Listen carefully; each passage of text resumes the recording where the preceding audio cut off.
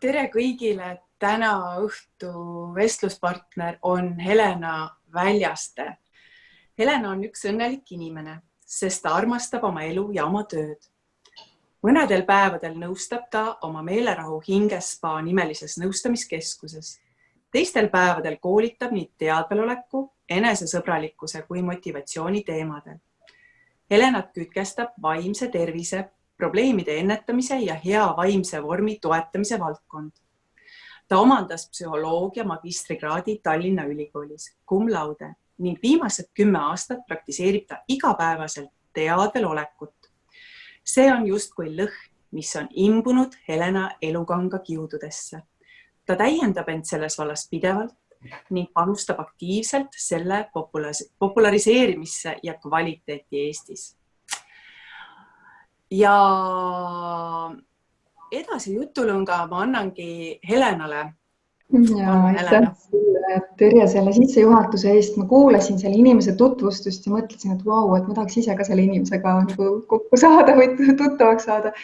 Et see nii põnev, kuidas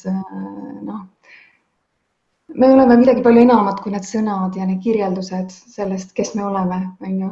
Ja neid sõnu võib ühte või teistpidi panna ja võib ennast määratleda, et ma olen psühholoog või ma olen ema või ma olen naine või ma olen blondiin. Kes ma siis nagu olen, aga lõppkokkuvõttes ma olen midagi palju enamat ja avaramat kui ükski määratlus minust. Ja see on küll üks asi, mida mina olen üha enam ja enam avastanud oma teadveloleku teel. Et kes siis mina olen? Kes see päris mina on siin ja mis on need muutuvad asjad, millest ma saan osa võtta siin elus. Mulle ka kuidagi kõlas täna see, kuidas sa kirjeldasid oma sellist väga igavat kogemust teadvelolekust. Et hästi, kui võtta seda nii, et ma teen mingit harjutust, näiteks 10 minutit istun maas ja jälgin oma hingamist, see võibki olla surmigav. Et teen seda ja tähelepanu läheb eemale, kaua ma ikka jälgin seda hingamist, toon seda tagasi, aga milleks seda kõike teha. Ja kui seda ära õpetaja sulle ei seleta, et kuidas sul selles praktilises elus võiks abi olla, millal sa neid harjutusi teha, kuidas seda ka igapäevasesse ellu integreerida, et siis ta jääbki kuidagi kaugeks ja elu võõraks. Ma küsin, Helena, sinult üks veel oluline lähtepunkt, kus me võiksime nagu seda jutulõnga hakata kerima, oli sina ja sinu nii-öelda elulised kogemused ja erinevus sinu elu enne teadveloleku praktikate nii-öelda siis kasutust ja pärast. Ja võib-olla sellised elulised, olulisemad sõlmpunktid, mida sa tänu teadveloleku praktikatele just oled suutnud nii-öelda oma soovi kohaselt või harmooniliselt nii-öelda lahendada. Üks magistrant tegi oma lõputööd ja ta uuris teadveloleku praktiseerijate elusid ja uuris ka minu käest, et mis siis on muutunud selle tulemusena, et ma olen hakanud seda praktiseerima. Ja minu aus vastus oli, et praktiliselt kõik, et lihtsalt elu on nii teistsugune kui varem. Et see, mis ta oli 10 aastat tagasi, ma ütlen ausalt, seal oli küllaltki palju stressi, küllaltki palju probleeme, selliseid probleeme, millest väga aru ka ei saanud. Sellist rahulolematust oli, närvilisust, enesekriitilisust. Sellist sisemist rahu tabasin ma väga-väga harva ja seda sageli maale minnes looduses või väga ilusatel hetkedel, jõulud näiteks. Ja kuidagi ma püüdlesin millegi poole, aga ma ei saanud aru, mille poole. Ja siis ma mäletan päris tabavalt seda, kuidas ühel hetkel justkui lambist tuli minuni selline teadmine, et ma võiksin proovida, et mis asi see jooga on. Et senimaani olin ma teinud body pump ja käinud jooksmas ja et aga mis asi see jooga on. Ja siis ma nüüd proovisin mõnda õpetajat ja siis üks õpetaja, minu esimene joogaõpetaja, ma nimetan teda nii, Aale Triinu Sonn. Ja kui ma temaga tutvusin ja tema käe all hakkasin kriia joogat praktiseerima, siis ma olin nagu käsn, ma tundsin, et vau, et ma nii tahan veel minna sinna tundi ja palun räägi veel ja ma tahan vot seda veel kogeda ja noh, tõesti, ma nagu olin avastanud midagi sellist, mida ma isegi ei teadnud, et ma otsin. Ja kui Aale Triinu hakkas rääkima, et no, jooga ei ole ainult sinu füüsilisele kehale, et see on selline väga sügav süsteem, millega võib ka sügavuti tutvust teha, siis tänu sellele vihjele ma läksin ka Ingvar Villitoo kursustele. Õppisin tema käe all, õppisin teadliku muutuse kunst ja ka kriia jooga pühendused sain.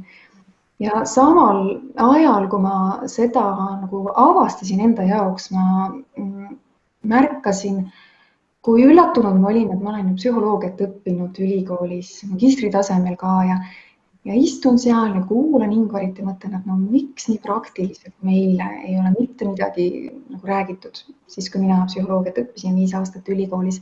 Ja ma tundsin sellest nagu tohutut kurbust või nagu kahjutunnet, et ma olen, nii paljud inimesed jäävad millestki ilma, et praktiliselt nagu vaadata oma sisemaailma, et seda seal õpetuses ei olnud ülikoolis. Ja kui ma niimoodi käisin ja imesin seda kõike endasse nagu käest, ma tõesti tundsin, et ma käin erinevatel kursustel kõik ja siis ma hakkasin ka omal käel õppima teadvalolekut ehk mindfulnessi, sest see oli psühholoogias üks kuumimaid uusi sõnu, aga Eestis keegi sellega veel ei tegelenud otseselt. Ja ma pidin võtma erinevaid kursuseid internetis ja lugema inglisekeelseid raamatuid ja praktiseerima seda omal käel. Ja nii ma siis liikusin, et tõin need praktikad iseenda ellu ja hakkasid muutuma mitmed asjad. Et lisaks sellele, et ma kuidagi avastasin selle võlu selle juures, et mida tähendab nagu hetkes elamine ja see, kui ma tulen autopiloodilt maha, märkama seda, mis siin on parasjagu. Et siis ma olin palju suutlikum seda ka juhtima, mis siin parasjagu on.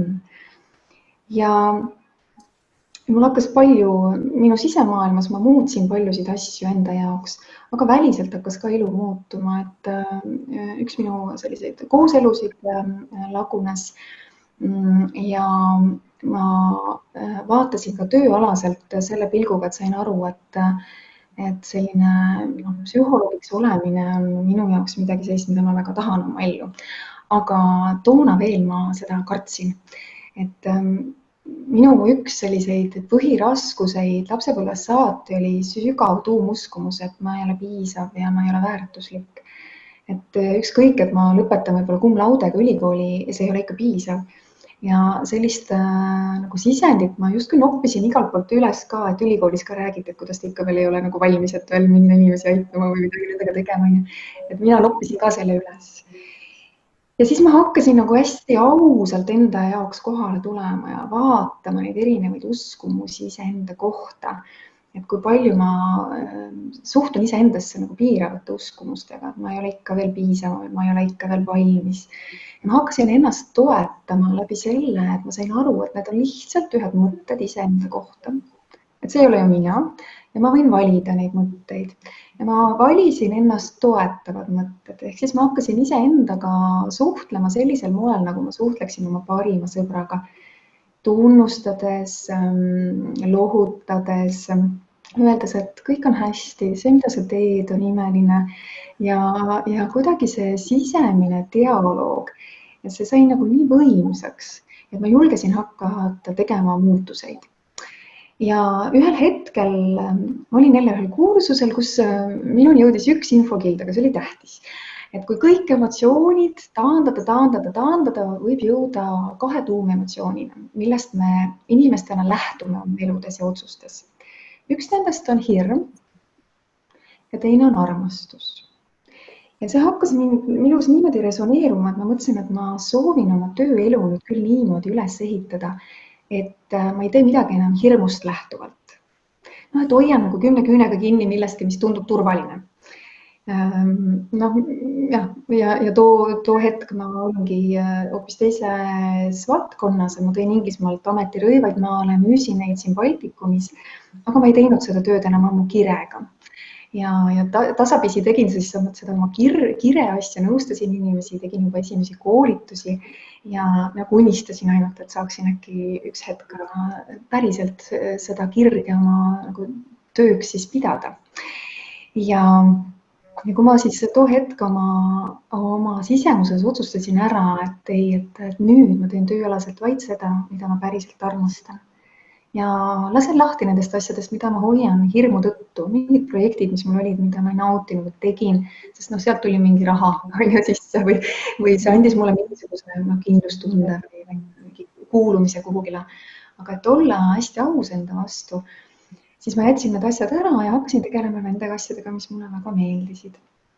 Ühtlasi ma avastasin seda valikut tehes, et kerkisid erinevad siis uskumused esile. Näiteks see uskumus, mis on minu meelest väga paljudes ja ka ühiskonnas on nagu see levinud, et kui sa teed seda, mida sa armastad, mis on su hobi, et siis hobi ei too ju sisse. Rahaliselt, jah. Ja siis mina nagu hästi teadlikult puhastasin neid erinevaid uskumusi, lasin neid lahti ja avardasin endas seda võimalust, et et ma võin tegeleda sellega, mis on minu nagu südamekutse, minu kutsumus ja luua sellega ka küllust oma ellu. Et ma ei pea valima ühte või teist, vaid ma võin valida need mõlemad. See oli hästi võimas ja need sisemised tegevused, need on nii tähtsad. Kui ma olen need ära teinud, siis ma näen kohe niimoodi väljas, et kõik tuleb nagu peeglina tagasi minu suunas. Ehk siis, et tänaseks, kuhu ma siis olen oma tööelus jõudnud, on see, et ma tõesti teen neid asju, mida ma väga-väga armastan, koolitan erinevatel mind kütkestavatel teemadel ja nõustan ka siinsamas nendes ruumides siin siis inimesi individuaalselt ka.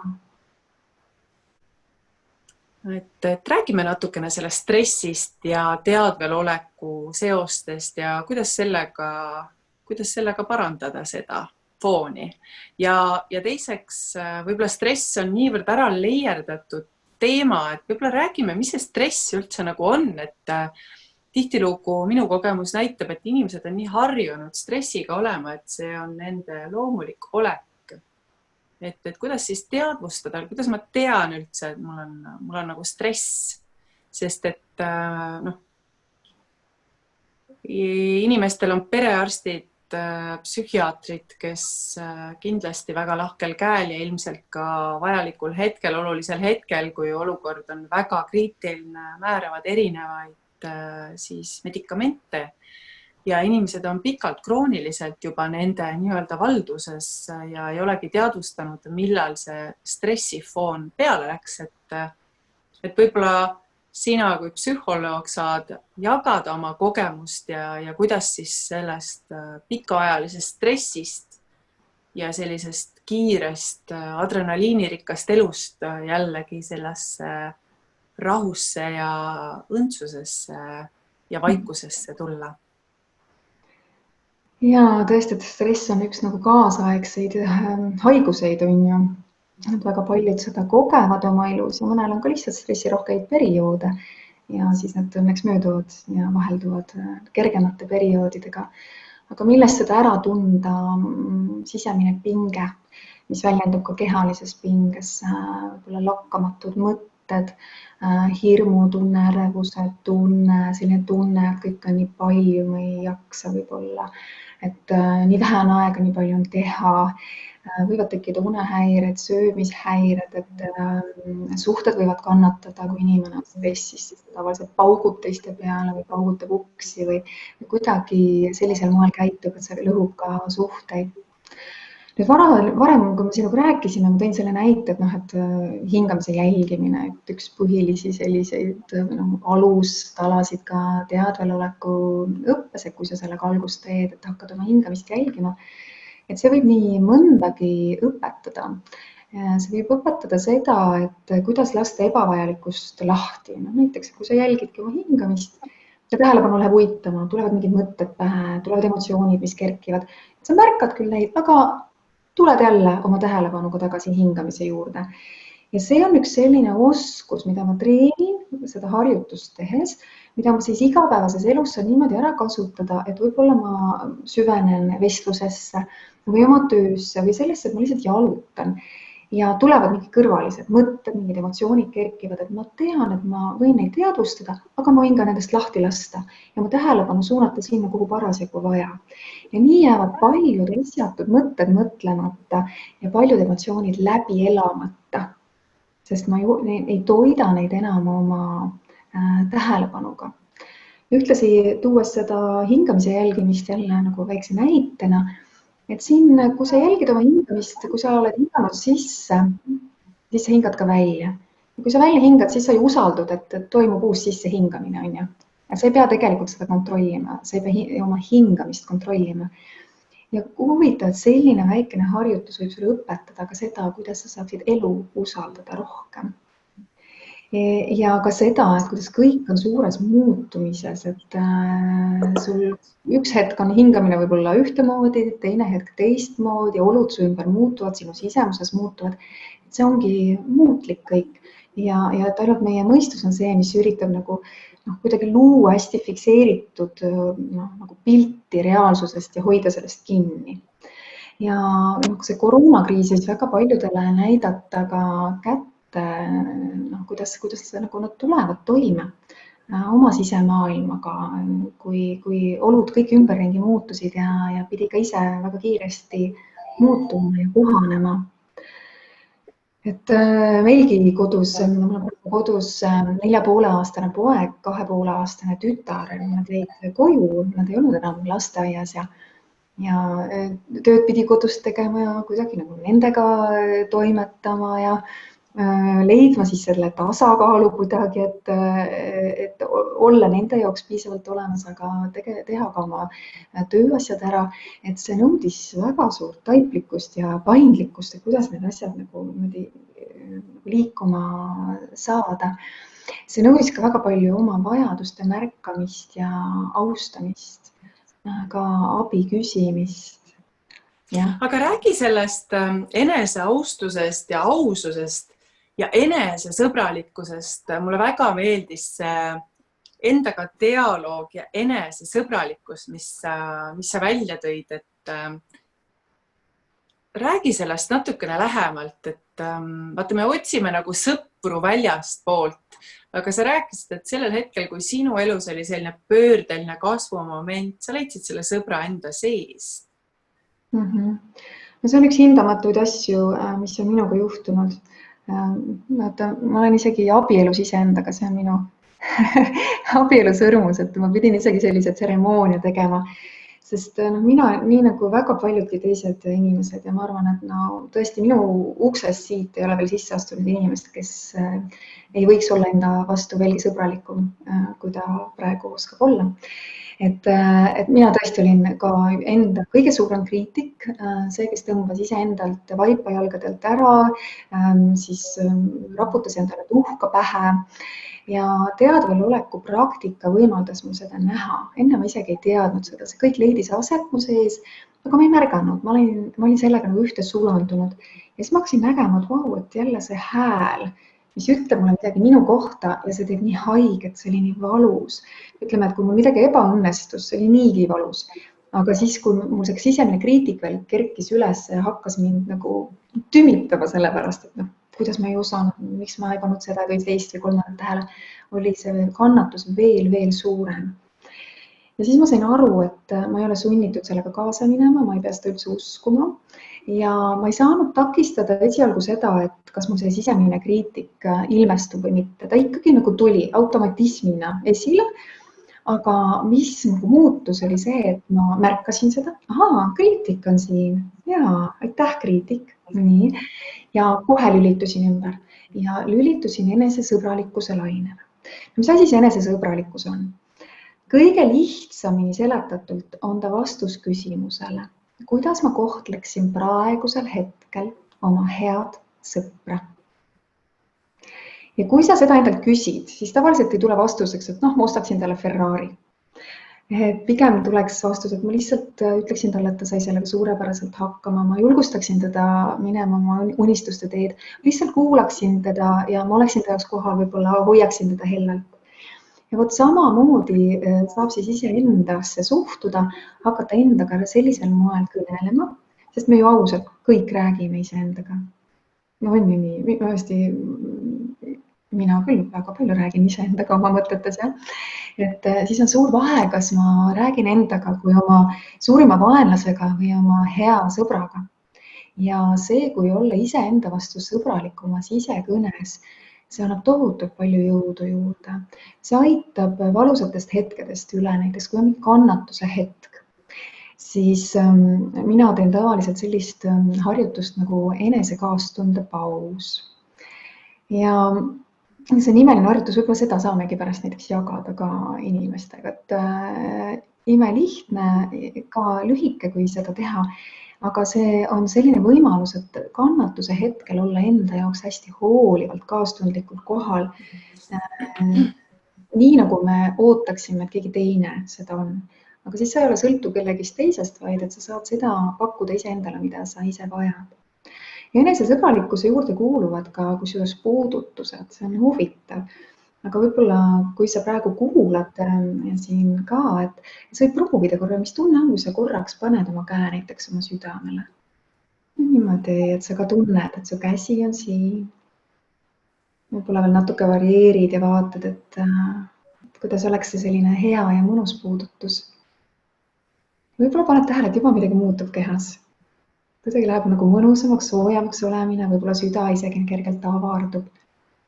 Aga sa võid ka proovida korra nagu siilitada ennast. Korra lihtsalt oma õlga siilitad. Ja kui sul praegu on võimalik, sa võid proovida ka korraks kallistada ennast niimoodi. Korra sa kallistad ennast. See võib tunduda mõistusele imelik, et mis asja ma teen, aga proovin kuidagi tunnetada selle mõju hetkel, otsest mõju, ilma mõteteta, lihtsalt märka oma keha. Ja kui sa soovid, võid lasta sellest kallistusest praegu ka lahti, et käed saavad puhkama tulla. See mõju on selles mõttes huvitav, võib-olla sa seda ka avastasid, et aju ei tee vahet, kas keegi teine puudutab meid õrnalt ja hellalt või kallistab meid või teeme me seda ise. Et juba heaoluhormoonid vallanduvad ja meil on juba selline kaitstuse, hoituse, toetuse tunne platsis. Kuidas sa tundsid, oli see nii sinu jaoks, Terje? No see oli väga vinge, et me ju ise saame armastada ennast, et siit tulebki see enesearmastus kõigepealt ja mitte ainult sõnadega, et hakka ennast armastama ja tunne südames armastust nagu paljud, vaid et see on ka selline aktiveeriv tegu, mis sellesse seisundisse viib. Ning ka selline verbaalne, teadlik, enesearmastuslik dialoog, mida sa ise oma tahtega aktiveerid. Aga siit nüüd kuidagi tunduski hästi tore üle minna enesearmastusest selle kannapöördeni. Mis on nii-öelda need sammud, mis inimest siis muutust aitaksid läbi viia elus oma näite ja kõikide võimalike tehnikate varal, mida sa ja kogemuste varal, mida sa siis omandasid. Et oskad sa nagu olulisemad sammud välja tuua, mis kindlasti abistavad ja kindlustavad nii-öelda selle muutuse eduka sooritamise? Ja kindlasti kõik ei oska nüüd välja tuua, aga mõningad, mis mulle kohe meelde tulevad, need ma saan ära jagada.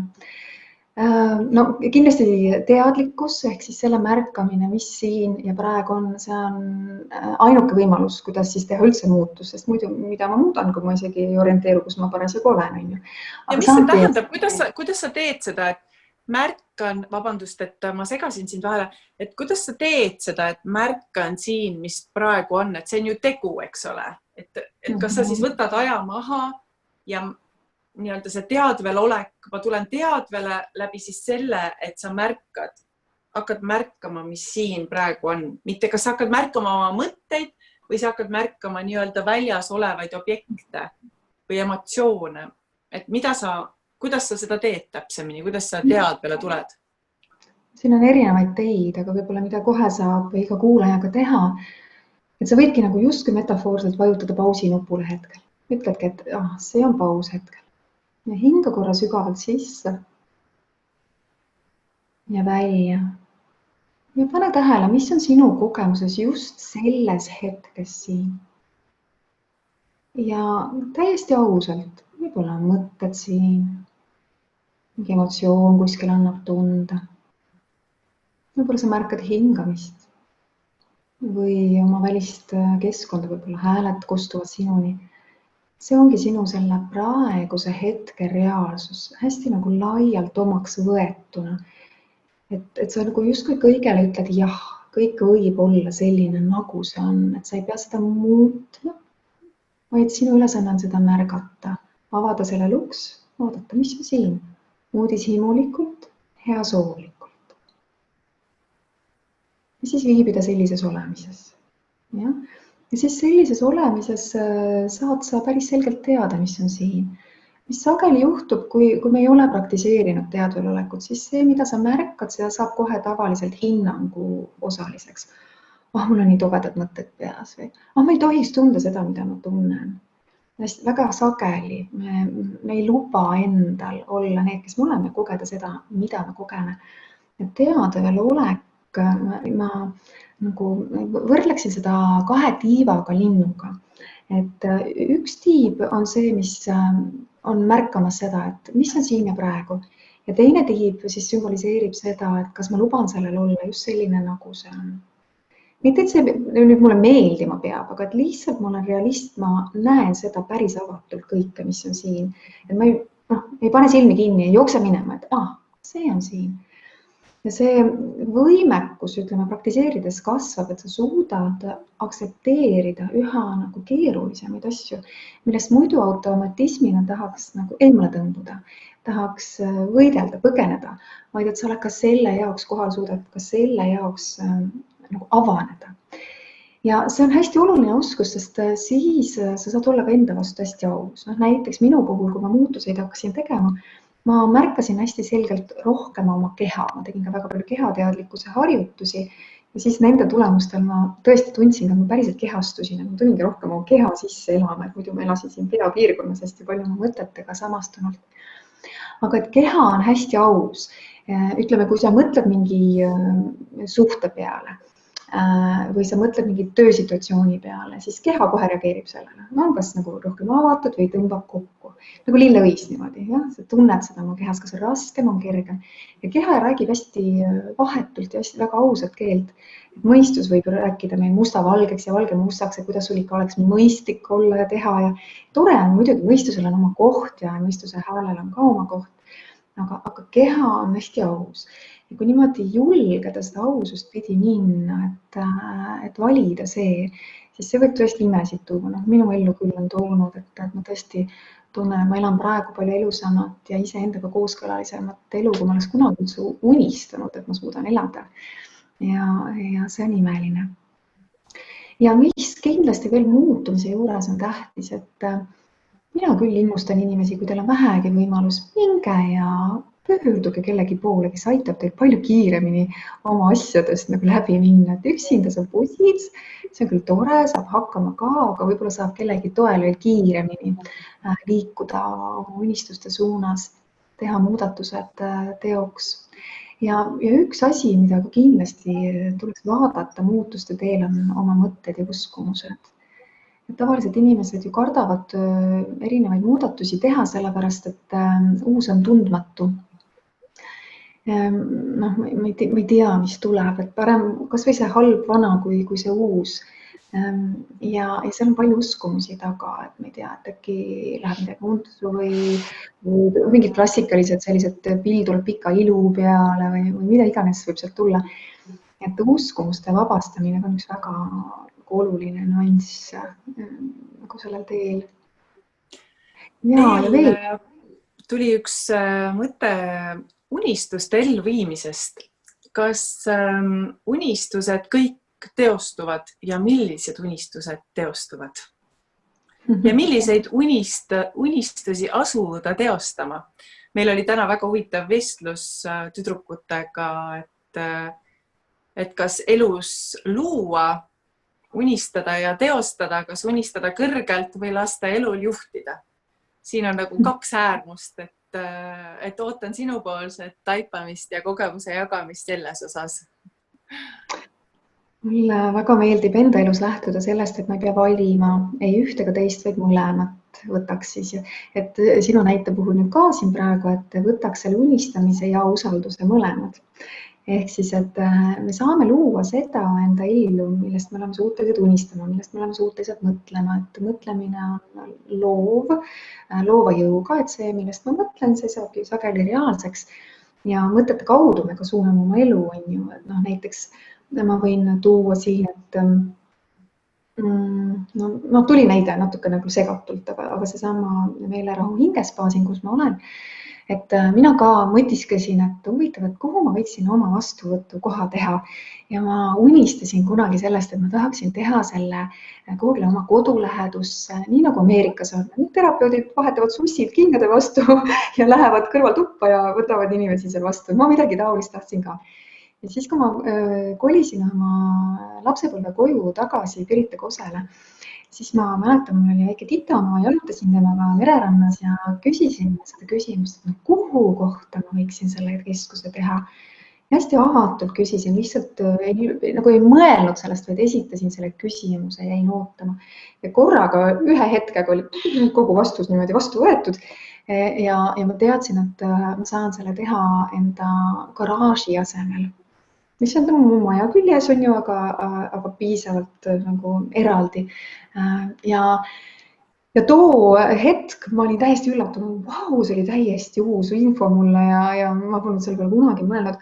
Võtsin ühendust oma ehitajast sõbraga, küsisin, et kuule, et mul selline nagu mõte tekkis ja idee ja unistus, et mis sa arvad, et kas seda annaks teostada.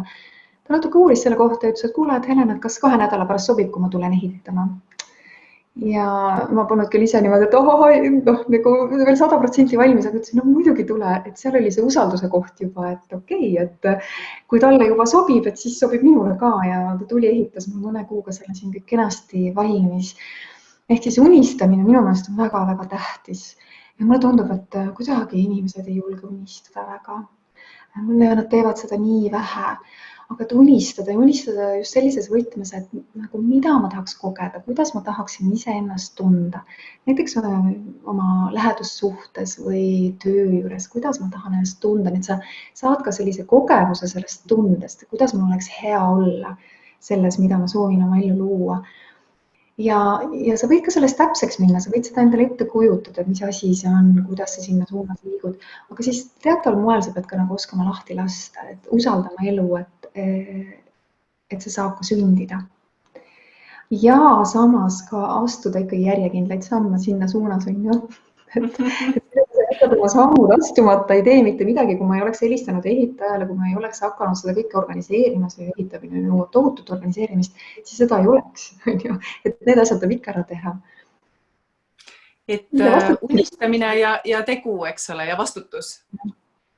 Vastutus kindlasti. Mille eest ma saan vastutada ja millest me ei saa vastutada, see eristamine. See eristamine just. Räägime suhetest. Sina mainisid, et sa läksid lahku kaaslasest ja unistame me, mida tüüpiline inimene unistab, eks ole, karjääri, et tema oleks õnnelik, et tal oleks armastus ja et tal oleks tore perekond ja kes mida siis unistab, meil on ju unistused. Kuid tänapäeval eriti teadvel olekuga ja ilma teadvel olekuta suhted on üks karjääri eneseteostuse kõrval üks teine oluline osa, mida inimesed soovivad oma ellu. Räägi oma kogemusest, milliseid samme sa tegid, kuidas sa valmistusid, kuidas sa kohtusid oma kaaslasega ja nii edasi, et millest sa soovid jagada, kuidas see kõik sinu elus on enne teadvelolekut ja teadveloleku praktikaid ja peale nii-öelda siis kujunenud ja arenenud. Ja aitäh selle küsimuse eest. No minul on olnud oma elus päris mitmeid erinevaid suhteid, lühemaid ja pikemaid ja tõesti seinast seina väga erinevate inimestega. See on olnud küllaltki rikastav kogemus. Aga üks hetk ma kuidagi tajusin, et ma nagu tahaks, et kuidagi tuleks see nagu õigemi välja, jah.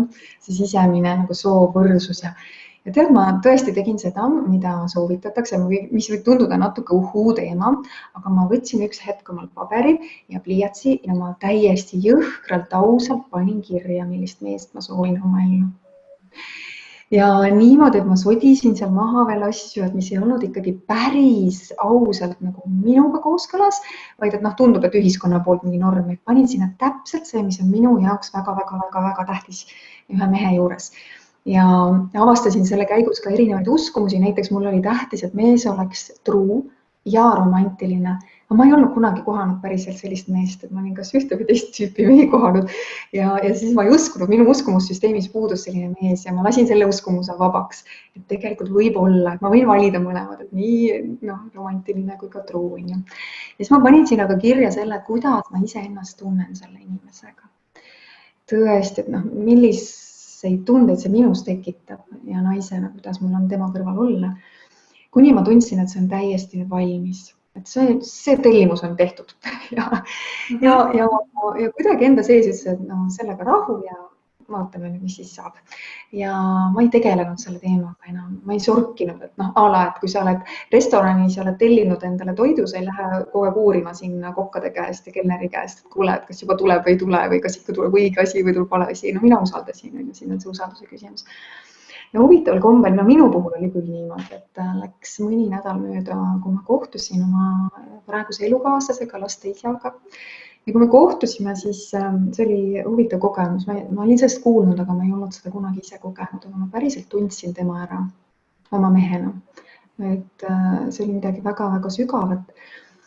Ja ma tean inimesi, kellega on sarnaselt läinud, et kui nad on niimoodi neid oma soove kirja pannud ja olen ka kuulnud inimestest, kellel on kogemata mõni väga tähtis asi sealt nimekirjast välja jäänud.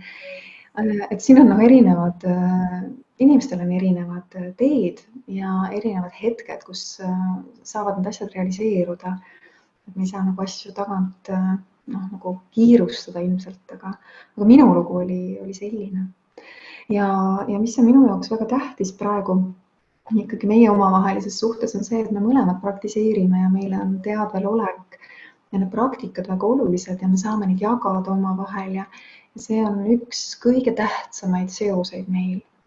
Selline nagu hingeline vaimne side ja ühine teekond tohutult siduv. Aitäh selle toreda vastuse eest. Küsin nüüd uue küsimuse, et kuidas sõnastada on. Sa hakkasid ühel hetkel jälgima päris oma hingeteed.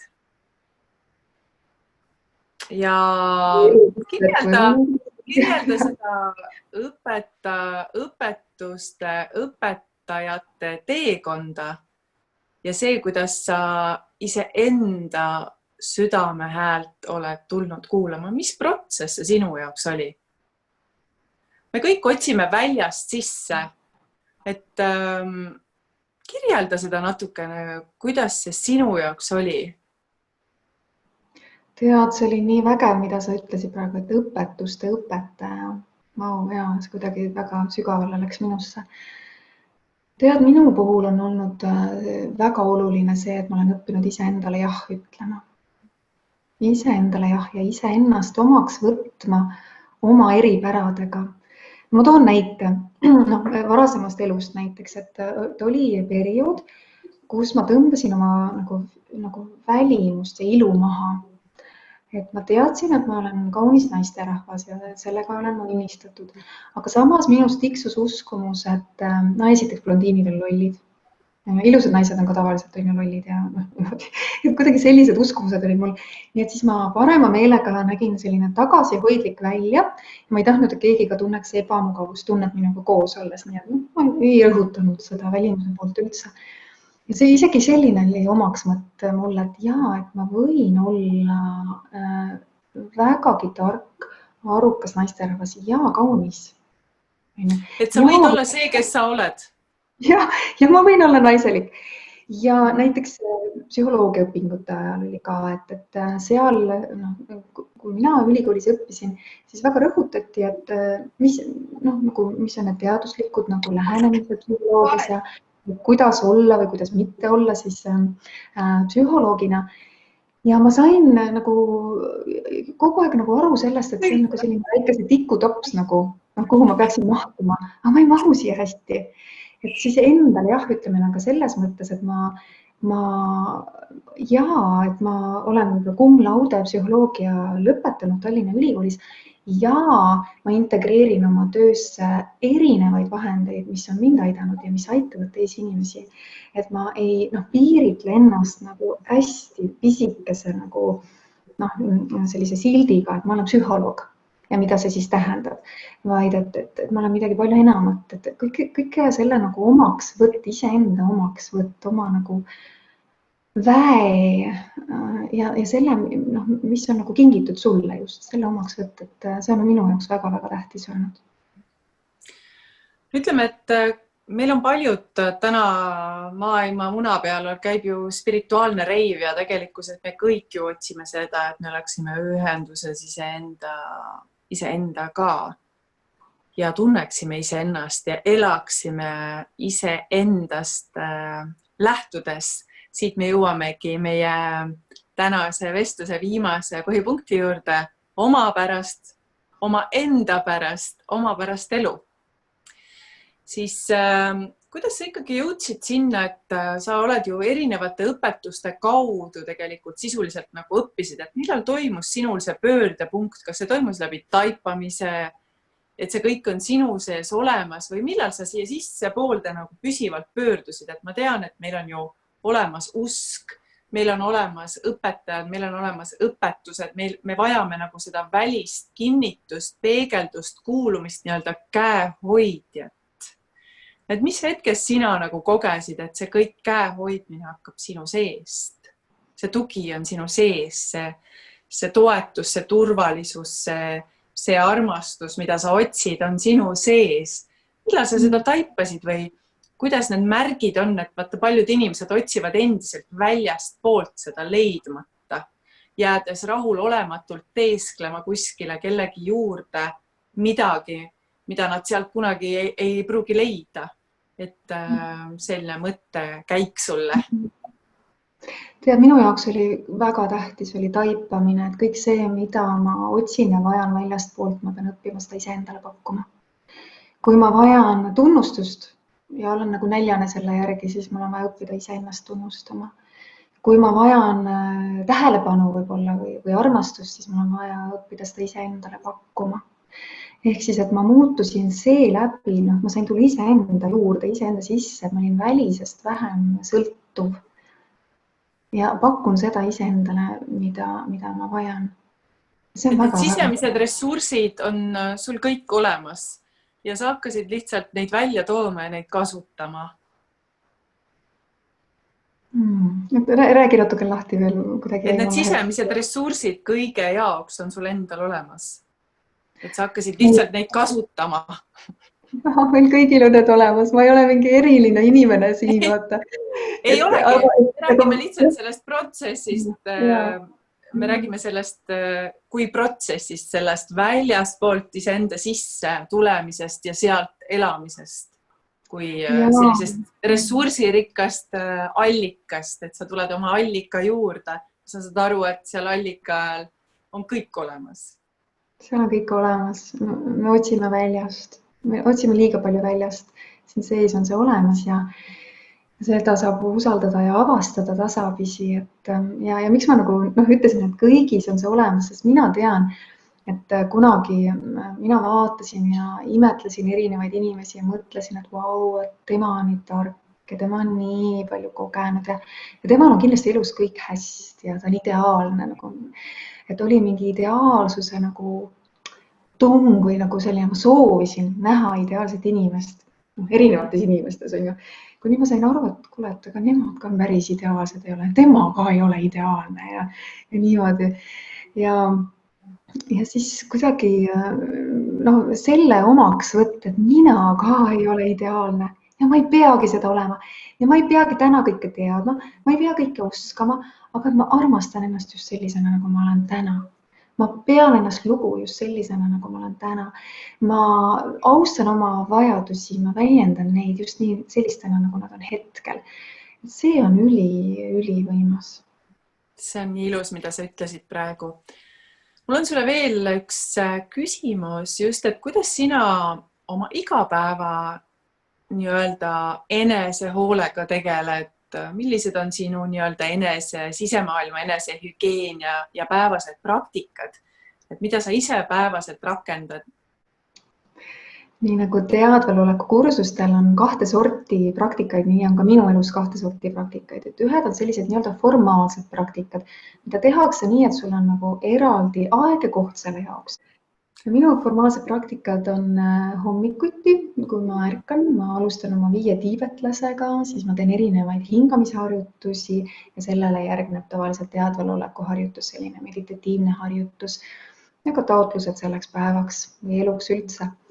Ja see on minu selline püha aeg, ma tõesti soovin seda teha, see ei ole selline tüütu kohustus, et ma pean hommikul varem ärkama, vaid ma tunnen, et seda ma vajan ja see on midagi, mida ma väga naudin.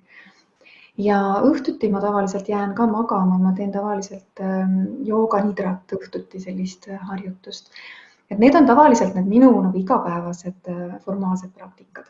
Aga siis ülejäänud aeg ma püüan nii palju teha sellist mitteformaalset praktikat. See tähendab siis seda, et siduda kogu see praktika, kõik need teadmised oma ellu. No näiteks praegu siin sinuga vesteldes ma rakendan oma tähelepanu jaotamist 50-50. See tähendab seda, et ma ei ole täielikult oma tähelepanuga siin ekraani juures kuidagi neeldunud siia ära ja iseendaga kontakt täielikult puudub, vaid vastupidi, et mul on pool tähelepanust minu enda juures, minu keha sees, ma tunnetan, mis minus toimub ja ma olen seal kontaktis ka sinuga vesteldes. Et seda näiteks praegu kasutan.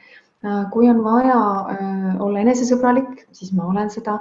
Ma püüan tuua sellist tähelepanelikkust ka igapäevaste tegevuste juurde, olgu see siis jalutamine või nõude pesemine. Et mõnikord saadab mind teadlikkus hingamisest. Ma väga palju nagu improviseerin ja panen asju niimoodi nagu kunstiliselt kokku. Ja kui on näiteks kuskil on mingi, ma ei tea, konflikt või suhetes mingid arusaamatused, et kuidas vajutada korraks sellele pausinupule, häälestuda pigem ümber kaastundlikkusele, hoolivusele, selle asemel, et kohe minna reaktiivselt kaasa, et sellised igapäevased väiksed sisemised tegemised. Kui ma olen mõnest sellisest raskest olukorrast niimoodi läbi läinud, et ma ei ole oma sellise reaktiivse automaatse käitumisega kaasa läinud, või te olete suutnud sellele pausinupule vajutada ja valida oma vastus, valida oma käitumine, mis on minu väärtustega ja minu ka õpetustega kooskõlas, et siis ma tähistan seda, see on ikkagi selline sisemine võit. Või need, näed, et praegu nagu sain hakkama päris hästi, et olin oma sisemaailma peremees, et ei andnud peremehe ohjasid käest ära. Väga äge viimane see lõpp, eriti arusaamatuste puhul saime ka sinupoolse väikese vihje, kuidas rasketes olukordades ja konfliktiolukordades toime tulla. On sul veel midagi lisada just nende konfliktide ja arusaamatuste puhul, et mida inimene rakendada saaks? Minule tundub, et esimene samm konflikti puhul on mitte püüda mõista teist kohe, vaid püüda mõista iseennast. Mis on see, mida mina tunnen? Mis on see, mis mind hetkel riivas? Kus on see valu? Kust kohast valutab? Ja olla selle jaoks hästi hoolivalt kohal. Alles siis avada ennast, et tulla nagu hoolivalt kohale ka selle situatsiooni ja selle teise inimese suhtes. Et sageli inimesed võib-olla ennatlikult proovivad näiteks olla kaastundlikud. Ma püüan aru saada, mida tema mõtleb, aga ei võta omaks seda, mis on enda sees, et nagu endast alustamine on minu meelest hästi-hästi tähtis erinevates konfliktides, austada ennast, võtta kas või see hetk, et korra maha rahuneda, kas või minna teise tuppa hingata, uurida, mida ma tunnen, mida ma usun praegu, milline vajadus on hetkel rahuldamata. Ja siis, kui sa oled suutnud iseenda vastu olla tähelepanelik ja hooliv, siis on seda väga lihtne teha ka teise osapoolega. Ma tänan sind. Räägi natukene, mida sa praegu teed? Sul on nii huvitavad kursused tulemas ja millised inimesed võiksid sinna tulla ja millist kasu nad saaksid sinu tulevast kursusest, mis nüüd tuleb 8-nädalane, ma sain aru sul. Ja sul tuleb endale teadvaloleku intensiivkursus, eks ole, mida sa hakkad kohe varsti läbi viima. Et räägi natukene sellest, mis su enda silma paneb praegu särama ja kui sa ütlesid, et sa teed ainult seda, mida sa armastad, siis mis see on, mida sa armastad praegu? No ja üks minu armastusi on tõesti teadvaloleku kursus, et ma lõin selle 2016. aastal, ma panin selle kokku erinevatest parimatest paladest, millega mina olin kokku puutunud. Ja see on vaikuse minutite all, on selline kursus, vaikuse minutit, siis kaldkriips ja kursus, et sealt selle kohta info leiab. Ja ma kutsun seda hellitavalt oma 3. lapsukeseks, sest ma koostasin seda siis, kui mul oli esimene tita just sündinud ja tema uneaegadel panin seda kokku ja ta on nii toredat elu hakanud elama, et on mitmeid teisigi juhendajaid, kes seda kursust nüüd juhendavad. Ja minul silm särab seda kursust juhendades ja sellele üldse mõeldes, sest ma olen nii paljude inimestega kohanud, kes on lihtsalt öelnud, et see on nii suur elumuutja olnud ja see on midagi, mis on tohutult aidanud suhetes, stressiga toimetulekus, üldse, et elada õnnelikumat elu ja juhtida oma sisemaailma protsesse ise. Nii et tõesti, et kui on sellist soovi selle teemaga praktiliselt nagu edasi minna ja luua uus harjumus oma ellu, kus sa võtadki teadvaloleku praktika oma kaaslaseks, et siis vaikuse minutite teadvaloleku kursus on üks väga-väga hea võimalus selleks ja mina olen juhendamas seda kursust rohkem nüüd asutuste siseselt, aga sügiselt on toimumas üks selline intensiivkursus, et mitte 8 nädalat nagu klassikaliselt pikk, vaid 3 pühapäeva järjest algusega 30. augustil, et täitsa tore oleks mõnega teist siin kohtuda. Ja leiavad soovijad ja huvitatud meelerahu.ee lehelt, eks ole, selle informatsiooni. Nii et meelerahu.ee saate uurida ja vaadata ja kui ei leia üles, saate ka kirjutada sinna ilmselt kontaktidesse, et kus see kursus on, millest juttu oli siin webinaril. Jaa, täpselt. Ja ma ütlesin, et võib-olla selle enesesõbralikkuse harjutuse võiks teha, et kell on küll päris palju, selle leiab ka minu kodulehelt üles meelerahu.ee ja enesesobralikkus, asemel on sobralikkus siis, aga võib-olla see lõppu midagi hästi lühikest teha, mis sa arvad? Jaa, absoluutselt. Teeme midagi toredat. Teeme midagi. Et tänane õhtu siin ja päev on ju selja taga ja tulen korraks iseenda jaoks hoolivana tähelepanelikult kohale. Et korra märka lihtsalt oma keha asendit, kus sa hetkel viibid. Võib-olla sa märkad ka oma hingamist. Ja kui sa hingad sisse, siis sisse hingamise ajal võid sa tuua oma tähelepanu täiesti iseenda juurde ja oma keha sisse. Kontakti iseendaga, nii et sa tunned enda olemasolu. Tead, et sina oled olemas, et see hingamine leiab aset just siin. Ja vaata, kui see on sulle mugav, sa võid võib-olla asetada ühe käe oma rinna peale. Võid seda proovida. Paned ühe käe rinna peale, tunnetad selle käe soojust, kokkupuudet. See on justkui märk sellest, et sa tuled iseenda jaoks hoolivana kohale. Ja sa võid enda käest küsida ühe küsimuse ja jääda ootama vastust.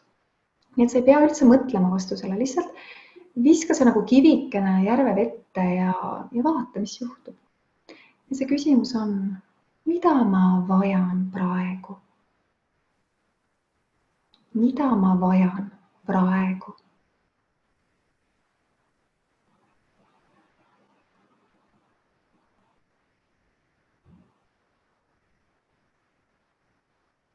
Võib-olla see vastus tuleb sulle sõnadena, võib-olla mingi kogemusena, pildina.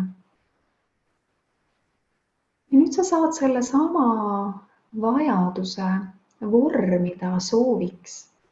Sa võid soovida näiteks iseendale seda sama asja. Näiteks, kui sa vajasid rahu.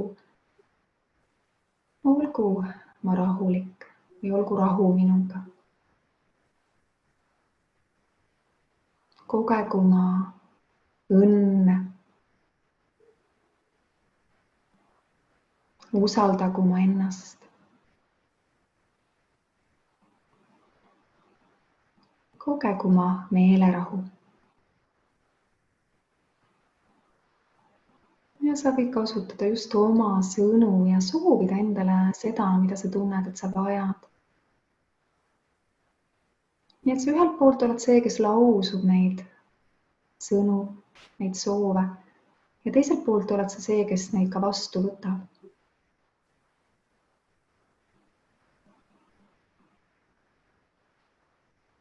Ja korra sa võid isegi uurida, et mis oleks üks väikene selline tibusammukene, mille sa saaksid ise astuda, mida sa saaksid enda hüvanguks teha, selleks, et selles suunas liikuda, mida sa praegu vajad.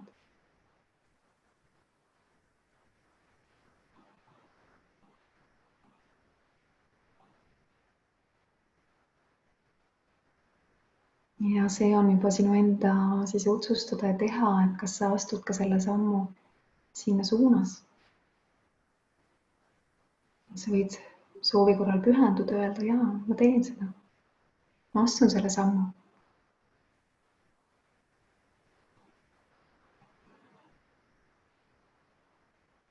Ja leia nüüd taas üles oma hingamine. Võid soovi korral hingata sügavamalt sisse ja välja. Sa võid avada oma silmad ja lubada ka käel tulla puhkama. Aitäh! Helenaga saab ühendust võtta meelerahu.ee, leiate kõik informatsiooni, mille toredaga Helena tegeleb. Võtab ta ju ka vastu erakliente, eks ole, vajadusel seda sa teed seal oma armsas kodus, mida me ilmselt ka näeme praegu. Aitäh sulle ja aitäh kõigile, kes te olite. Järgmisel kuul juba uus inspireeriv inimene. Suur aitäh, Helena. Sinuga juttu jätkub kauemaks. Kindlasti võib-olla leiame mingi kitsama teema ühel hetkel ja tuled siia tagasi. Ja nüüd jutusõna sulle lõpetamiseks. Ja suur tänu, Terje, et sa niimoodi kutsusid mind rääkima nendel teemadel ja ma nautisin seda. See oli põnev ja see oli ka selline nagu ausus enda vastu, et kui sa mind kutsusid, ma tundsin, et jaa, ma soovin sellest osa saada. Ja ma märkasin enda sees, vaata, mõnikord tekivad need sabotöörid tulevad, on ju, nagu küsinud, ei tea, kas see on ikka õige asi ja ei tea, kas ikka inimesed tulevad kohale ja teate, kui tore minu jaoks teadvelolek on võimaldanud just selle vabaduse, et ma saan aru, et need on ainult mõtted. Ja et see on minu mõistuse töö neid mõtteid nagu toota ja igaks juhuks nagu suunata mind ohtude suunas, on ju, et ma märkaksin kindlasti ohte ja et ma ei pea sellega kaasa minema, et selle kaudu on ka ilus nii palju vähem nagu stressi. Ja võib-olla tänasest kohtumisest siis kaasa 2 küsimust, et mida saab endalt kogu aeg küsida, kui vähegi meelde tuleb, et kuidas ma kohtleksin praegusel hetkel oma head sõpra. Ja teine, et mida ma vajan praegu. Märgata iseennast ja enda vajadusi ja hoolitseda iseenda eest. Aitäh kõigile. Aitäh kohtumiseni ja ilusat suve kõigile. Aitäh nende küsimuste eest. Olge kõik hoitud.